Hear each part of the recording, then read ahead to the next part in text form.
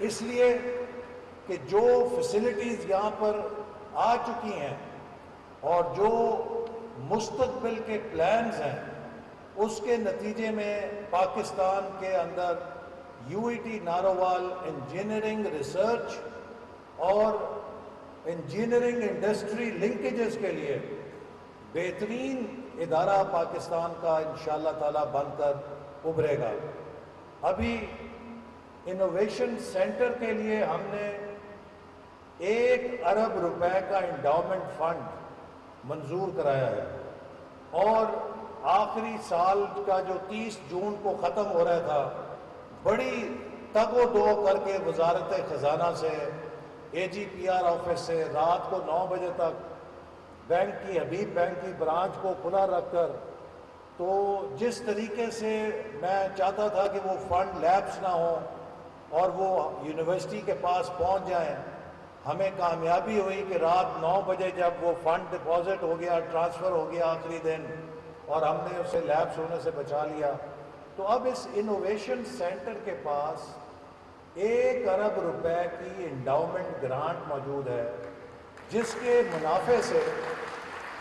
یہ اپنی ایکٹیویٹیز کے لیے کسی حکومت کے پیسوں یا بجٹ کا محتاج نہیں ہے۔ اب یہ ہمیشہ خود کفیل ہے کہ اس انڈاؤمنٹ فنڈ سے یہ اپنا کام چلا سکے گا۔ اسی طرح انجینئرنگ یونیورسٹی سے ہم نے 2017 اور 18 میں 4 پاکستان میں ٹیکنالوجی کے نیشنل سینٹرز بنائے، آرٹیفیشل انٹیلیجنس کا، سائبر سیکیورٹی کا، بگ ڈیٹا کلاؤڈ کمپیوٹنگ کا، اور آٹومیشن اینڈ روبوٹکس کا۔ یہ 4 سینٹرز جو ہیں پاکستان کی اس وقت 12-15 انجینئرنگ یونیورسٹیز میں ان کی لیبارٹریز کے ساتھ نیٹ ورک کر کے چل رہے ہیں، اور انہوں نے پاکستان کو کم از کم 10 سال ان شعبوں کے اندر آگے لا کے کھڑا کر دیا ہے۔ اگر ہم یہ 2017-18 میں، آج ہر کوئی آرٹیفیشل انٹیلیجنس کی بات کر رہا ہے، لیکن 2017 میں کسی کو نہیں پتا تھا کہ یہ آرٹیفیشل انٹیلیجنس کس بلا کا نام ہے، ہمارے ملک کے اندر کم از کم کسی کو اس کا اختیار نہیں تھا۔ لیکن اس وقت ہم نے آرٹیفیشل انٹیلیجنس کا نیشنل سینٹر آف ایکسلنس بنایا، cyber security, big data cloud computing, اور اسی طرح آٹومیشن روبوٹکس کا۔ یہ میں نوجوانوں کو بتانا چاہتا ہوں کہ ہمارا اور دوسروں کا کیا فرق ہے۔ ہمارے بعد جو لوگ آئے وہ نوجوانوں کو کہتے تھے کہ ہم آپ کو مرغیاں دیں گے اور انڈے دیں گے۔ ہم نوجوانوں کو کہتے تھے کہ ہم آپ کو لیپ ٹاپس دیں گے، آرٹیفیشل انٹیلیجنس دیں گے، سائبر سیکیورٹی دیں گے، آٹومیشن روبوٹکس دیں گے، بگ ڈیٹا کلاؤڈ کمپیوٹنگ دیں گے، تاکہ آپ لوگ 21ویں صدی کی جدید معیشت کے نالج ورکرز بنیں۔ اور ہمارے مخالف کہتے تھے کہ کٹے دو نوجوانوں کو، انڈے دو، مرغیاں دو، بکریاں دو۔ یہ فرق ہوتا ہے ویژن کا، کہ آپ کے پاس اگر ویژن نہیں ہے تو آپ کٹے کٹیوں کی اور مرغیوں اور انڈوں کی باتیں کرتے ہیں، لیکن اگر آپ کے پاس ویژن ہے تو آپ پھر آرٹیفیشل انٹیلیجنس کے منصوبے لگاتے ہیں، آپ نوجوانوں کو لیپ ٹاپ سے ڈیجیٹلی امپاور کرتے ہیں۔ آج اگر پاکستان دنیا میں 3rd بگسٹ ای لانسنگ کنٹری بن چکا ہے تو اس کی بنیاد وہ 10 لاکھ لیپ ٹاپ ہیں جو نوجوانوں کو ہم نے 2013 اور 18 میں تقسیم کیے تھے۔ ان نوجوانوں نے ان لیپ ٹاپس کو لے کر ای لرننگ شروع کی، سرٹیفیکیشن شروع کی، آن لائن پروگرامز کیے، اور آج یہ نوجوان پاکستان کے ڈیجیٹل ورلڈ میں نالج واریئرز ہیں، جو خود بھی اپنی اکانومی کو ٹھیک کر رہے ہیں اور ملک کے لیے بھی زر مبادلہ کما رہے ہیں۔ تو میں یہ عرض کرنا چاہتا ہوں کہ آج ہم نے جن سہولتوں کا افتتاح کیا ہے، اور اب آنے والے وقت میں 2 اور منصوبے یو اے ٹی نارووال میں شروع ہوں گے۔ اس میں ایک منصوبہ ہے national centre for quantum computing کا. جیسے 2017 میں ہمارے ملک میں کسی کو آرٹیفیشل انٹیلیجنس کی بات نہیں سمجھ آتی تھی، آج اسی طرح کوانٹم کمپیوٹنگ جو ہے وہ بھی کوئی دور کی انہونی سی بات لگتی ہے، لیکن چند سالوں کے اندر کوانٹم کمپیوٹنگ جو ہے وہ پوری آئی ٹی انڈسٹری کو اسی طرح تباہ کر دے گی، جس کی مثال آپ ایسے لے لیں کہ آج کا جو سپر کمپیوٹر ہے وہ آنے والی کوانٹم کمپیوٹنگ کے آگے اس کی مثال ایک گدھا گاڑی جیسی ہو جائے گی. جو کمپیوٹنگ ہے اس کی سپیڈ اتنی تیز تر ہو جائے گی کہ آج جن مسئلوں کو سلجھانے کے لیے آپ کو سپر کمپیوٹر سے 40 دن لگتے ہیں، کوانٹم کمپیوٹنگ سے وہ مسئلے 4 سیکنڈ کے اندر حل ہو جائیں گے. تو آنے والے وقت کی اس صلاحیت کو اپنے اندر پیدا کرنے کے لیے ضروری ہے کہ آج سے ہم اس کے ریسرچ سینٹر کھولیں. اسی طرح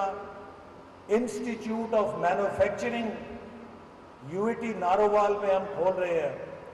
جس کا مقصد یہ ہے کہ اس ریجن کے اندر جتنے مینوفیکچرنگ کلسٹرز ہیں، چاہے وہ سیالکوٹ کے اندر سپورٹس اور سرجیکل کا کلسٹر ہے، چاہے وہ گجرانوالہ وزیر آباد کے اندر انجینئرنگ انڈسٹری کے کلسٹر ہے، چاہے وہ گجرات کے اندر فین انڈسٹری کا کلسٹر ہے، پوری دنیا میں ٹیکنالوجی مینوفیکچرنگ کو تبدیل کر رہی ہے. لہٰذا انجینئرنگ یونیورسٹی نارووال کا انسٹیٹیوٹ آف مینوفیکچرنگ انڈسٹری کے ساتھ مل کر انہیں نئی ٹیکنالوجی کے ساتھ لنک کرے گا تاکہ وہ دنیا میں بہترین مسابقتی صلاحیت کو پیدا کریں اور پاکستان کے لیے ایکسپورٹس میں نمایاں اضافہ کرنے کے قابل ہو سکے. چونکہ پاکستان کو اگر ہم نے مستحکم کرنا ہے تو اس کا ایک ہی راستہ ہے کہ ہم پاکستان کی ایکسپورٹس میں دن دگنی رات چوگنی ترقی کریں. تو institute of manufacturing engineering university کی ریسرچ کو اس پورے ریجن کی انڈسٹری کے ساتھ جوڑے گا اور ان کو دنیا کے بہترین سلوشن لا کر اس قابل کرے گا کہ وہ دنیا میں اپنی ایکسپورٹس کو زیادہ سے زیادہ فروغ دے سکیں. میں امید کرتا ہوں کہ جو ہماری اس یونیورسٹی کی فیکلٹی ہے اور اسٹوڈنٹس ہیں وہ انوویشن کے اندر اپنا نام پیدا کریں گے. اور میں ہمیشہ سے یہ کہتا رہا ہوں کہ اس UET نارووال کو بنانے کے پیچھے میرا خواب یہ ہے کہ یہ پاکستان کی MIT بنے. جیسے امریکہ میں MIT جو ہے میساچیوسیٹس انسٹیٹیوٹ آف ٹیکنالوجی، وہ ان کی انجینئرنگ اور ٹیکنالوجی کے اندر سب سے بڑا پاور ہاؤس ہے کہ جس کے سب سے زیادہ پیٹنٹس جو ہیں وہ رجسٹر ہوتے ہیں. اسی طرح UET نارووال کو بھی پاکستان کے اندر انجینئرنگ اور ٹیکنالوجی کا ایک پاور ہاؤس بننا چاہیے کہ جس کی انوویشن اس کی پوری معیشت کو، اس کی رفتار کو چار چاند لگائے. اور مجھے یقین ہے کہ انشاءاللہ تعالیٰ جو ہمارے نوجوان ہیں اور جو ہمارے اساتذہ ہیں وہ اس کام کو بخوبی مل کر سکتے ہیں اور اسے کریں گے. آج پاکستان کو ہم نے دوبارہ اس مقام پہ لا کے کھڑا کر دیا ہے کہ پاکستان ٹیک آف کے لیے تیار ہے. 4 سال کی تباہی نے، میں پچھلے الیکشنوں میں یہاں کے لوگ گواہ ہیں، ہر الیکشن میں لوگوں کو خبردار کرتا تھا کہ اگر آپ اپنی گاڑی کی چابی کسی اناڑی کو دو گے تو وہ اپنا سر بھی پھاڑے گا اور گاڑی بھی توڑے گا. تو 2018 میں ایک سازش کے ساتھ ایک اناڑی کو جب چابیاں دی گئیں تو اس نے پاکستان کی معیشت کا بھی انجر پنجر ہلا دیا اور اپنی ٹانگ پہ بھی پلستر چڑھا کے خود کو بیکار کر لیا. لیکن آج الحمدللہ ہم نے 1 سال کی محنت کے بعد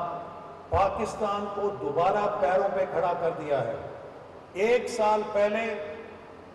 دنیا میں شرطیں لگ رہی تھیں کہ پاکستان 4 ہفتوں میں سری لنکا بنے گا یا 6 ہفتوں میں سری لنکا بنے گا۔ آج دنیا میں کوئی پاکستان کے سری لنکا بننے پر 6 ہفتے تو دور کی بات ہے، 6 سال کی بھی شرط نہیں لگا رہا، اس لیے کہ پاکستان کو ہم نے اس تباہ کن سیلاب کے باوجود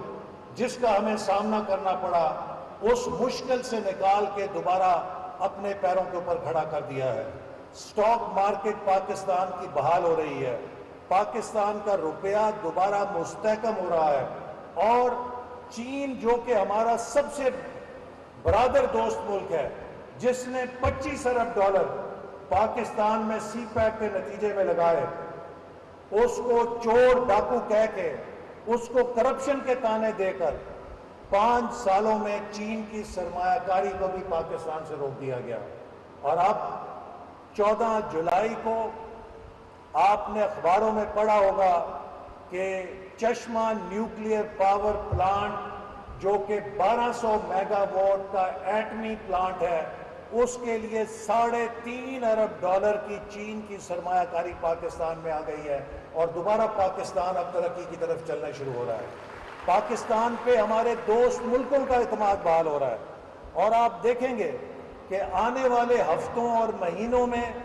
ہمارے جو خلیجی ممالک ہیں، ان کے اربوں ڈالر کے منصوبے انشاءاللہ پاکستان میں آئیں گے، تاکہ ان سے بھی ہمارے تعلقات بحال ہو رہے ہیں۔ تو سوال یہ ہے کہ اب آپ نے اور قوم نے اگلے الیکشنز میں پاکستان کی معیشت کا بھی انجر پنجر ہلا دیا،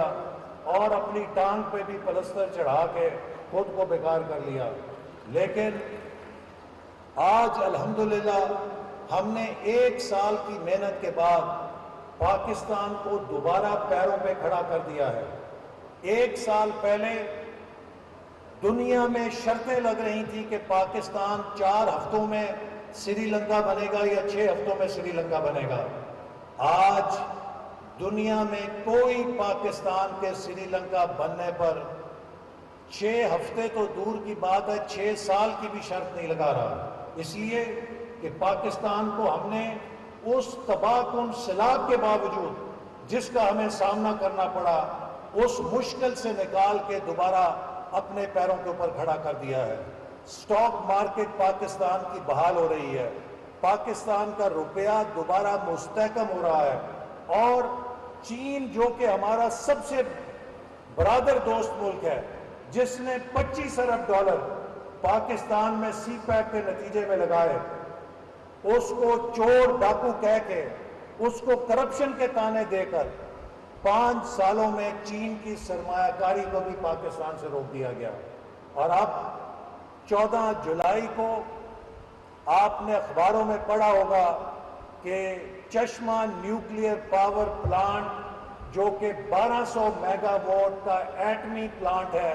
اس کے لیے $3.5 ارب کی چین کی سرمایہ کاری پاکستان میں آ گئی ہے، اور دوبارہ پاکستان اب ترقی کی طرف چلنا شروع ہو رہا ہے۔ پاکستان پہ ہمارے دوست ملکوں کا اعتماد بحال ہو رہا ہے، اور آپ دیکھیں گے کہ آنے والے ہفتوں اور مہینوں میں ہمارے جو خلیجی ممالک ہیں، ان کے اربوں ڈالر کے منصوبے انشاءاللہ پاکستان میں آئیں گے، تاکہ ان سے بھی ہمارے تعلقات بحال ہو رہے ہیں۔ تو سوال یہ ہے کہ اب آپ نے اور قوم نے اگلے الیکشنز میں فیصلہ کرنا ہے۔ اگر آپ نے غلط فیصلہ کیا تو پھر ہم اس عذاب کے شکار ہو جائیں گے کہ جس نے ہمیں 2022 کے گڑھے میں لا کے پھینک دیا تھا، اور اگر آپ نے صحیح فیصلہ کیا، ان پالیسیز کو 5 سال جاری رکھا گیا،